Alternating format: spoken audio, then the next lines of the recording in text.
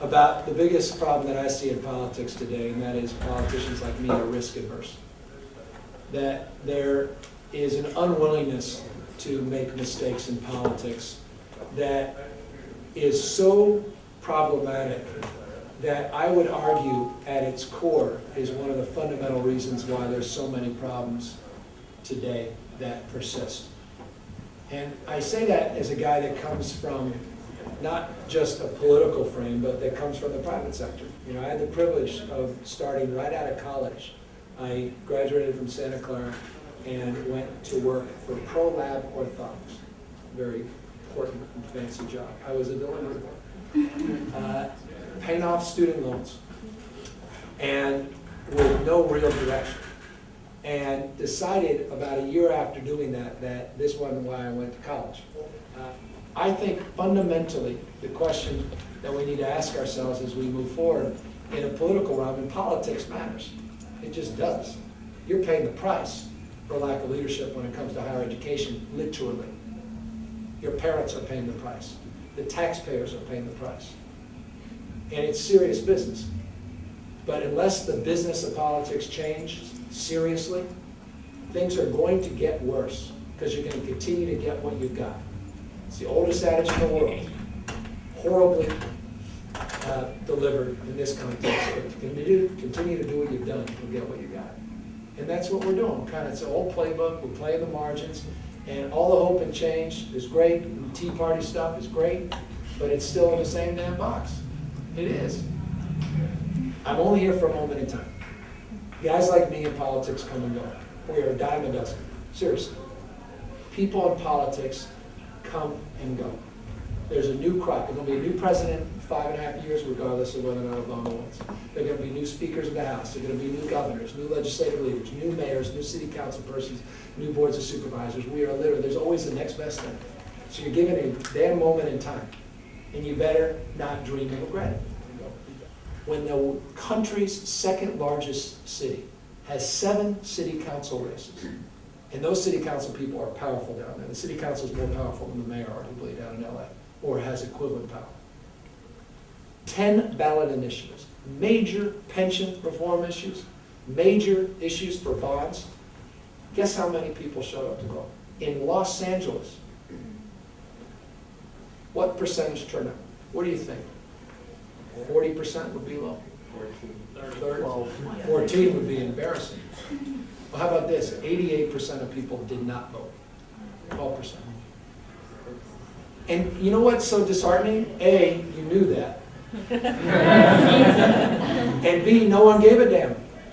You know, it took me a day to figure that out because I was looking at all the headlines the next day in the LA Times. There wasn't anything. You'd think that'd be a goddamn headline, excuse my language. 88% of registered voters on a critical election about the fate and future of the second largest city in the United States, the largest city in California. You'd think people would get a little damn pissed off that only 12% of their folks that were registered voted. That's serious.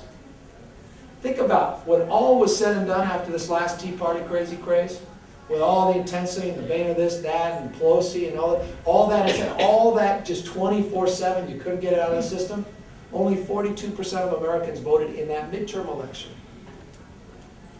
58% didn't give a damn. And this was the most important election of a lifetime. This country's gone bankrupt. Obamacare, and only 42%.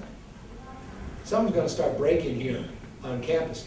It's already. You mean that I go to the UC board meetings. There are about 70 or 80 police officers there. Seriously. So this is serious. And so I'm not one of these guys that everything's a crisis. I hate that word. Because when everything's a crisis, then there's a real one. No one believes you. And I always think we can work through things. I really do, and I'm inherently optimistic. But I am fundamentally worried about this because I don't sense that people care like they used to care. It's as if we've given up on some of these fights. And I don't want you guys to give up. I mean, Christ, if any campus in the world, it's you that everyone counts on to not give up and fight the good fight. Sacramento in this crisis is being precipitated because of those extremes. And there's no willingness to accept common ground. And what do you get? You get, again, what we've got. And it's a very dangerous game we're playing up there. because people won't take risks, and they're ideologically so wedded to a point of view that they can't break out based upon the new evidence and the new reality, and that is you can't survive an all-cuts budget and still maintain your leadership in higher education in California. You cannot survive an all-cuts budget and still maintain your moral compass when it comes to those that are suffering from income inequality and concentrated poverty in the state with an all-cuts budget. And I think there are good Republicans out there, and certainly as a Democrat, I believe they're good Democrats, that privately appropriate themselves and understand these things, but are scared and are exclusively caught up in their own ideological. Take advantage of this remarkable gift you have, and that is the gift of analytical intelligence. The fact you got here demonstrates a remarkable capacity and has demonstrated leadership in your life. And take advantage of this remarkable this moment in time where you know so much, but you don't necessarily know all the technical stuff that allows you to think so much more magically and differently, with so much different, with uniqueness and character and insight that can change things dramatically. And do not underestimate your voice and your talent in terms of suggestions.